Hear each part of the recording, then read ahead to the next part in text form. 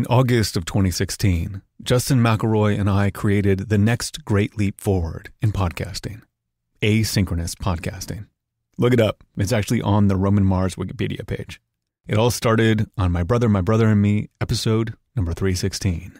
Roman Mars says that if there's a revolving door and you use the one next to it that isn't revolving, then you're a monster because they're so efficient and great. Can I ask you a question, Justin? I've been meaning to ask you this for a while. Uh-huh. Why don't you just go do a podcast with Roman Mars? If he would have me, I would love to get over there. I have a lot of good ideas for not like this show, but his show, smart stuff. You know what I mean? Like real thinkers. Not like, I can't stress this, not like this show, but smart, erudite podcasting.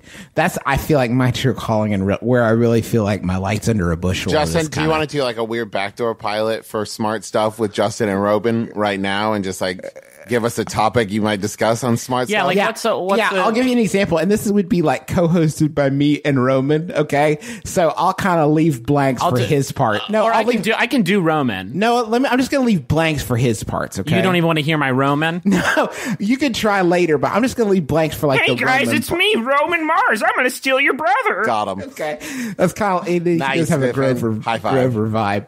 So it'll go it's kind. Remember, it's like an erudite kind of smart podcast. Like a podcast where the host knows the word erudite. Yeah, that kind of thing. So here's kind of what it would go like. Okay, please.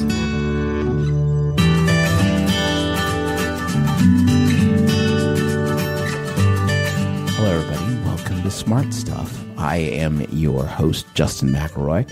I'm joined, as always, today by Roman Mars. Hey, Justin. Roman, what smart thing are we discussing today? Well, for episode 2 of the Smart Stuff podcast, I'd like to talk about one of my favorite things in population genetics, the founder effect. The founder effect is when there's a loss of genetic variation in a new population because it was started by a small number of founders from a larger population. Now, Think of it like this. According to the 2010 U.S. Census, the United States is 72.4% white, 16.3% Hispanic or Latino, 12.6% Black, and 4.8% Asian. That's the average across all of America. But imagine that one city in the U.S.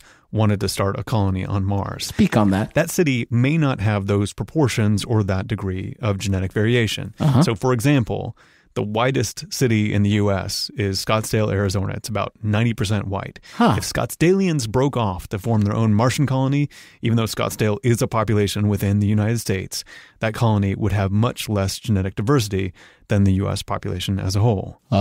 Usually founding populations are much smaller than entire cities. Sure. So imagine there was only 2 individuals that started a new population, and then the genes those 2 individuals carried would be the only genetic variation in the entire gene pool. Subsequent generations may introduce some random mutations, but otherwise that's it. That's all you're working with. When it comes to plants and animals and bacteria, an isolated founding population with low genetic diversity that by chance had different genetic makeup than the population it came from could lead that new population to becoming a whole new species given enough time. But wait, wouldn't that... Now, if the small number of founders of a population have a genetic mutation and the new population remains somewhat isolated, that mutation will be much more common even as the population grows over time. Oh, I see. So in the 18th century, about 200 families founded the Amish population of Pennsylvania. And at least one of those families had a mutation called polydactyly. What? And even today, the Pennsylvania Amish have much higher rates of polydactyly than the U.S. population as a whole. And that's why, even though it's still quite rare, an Amish person is much more likely to have 11 fingers. It doesn't usually look like a fully formed finger. It's often just a little nub. Well, folks, that's all we have time for on Smart Stuff today. This kind of groundbreaking work made by pioneers in the world of podcasting is only possible because of listener support. Right now, if you go to radiotopia.fm, you'll find a big button that says Roman Mars's Beautiful Nerd Brigade. If you click it, you'll be donating $10, and you'll get an invitation to the online version of my office hours, where I will impart onto you and a bunch of other beautiful nerds all the things I've learned about podcasting in the last 10 plus years. Clearly, as evidenced by Smart Stuff, I have a lot of knowledge about podcasting to impart onto you. About 8 of 10,000 listeners to Radiotopia donate. That means very likely you are one of the 9,992 who do not.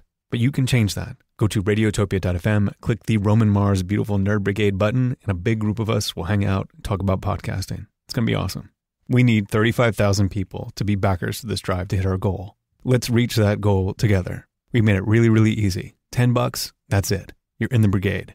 And when you're done, send me a note about it on Twitter at Roman Mars, and I will thank you personally. That's radiotopia.fm. Thanks. What a fascinating tale. Thank you. Radiotopia.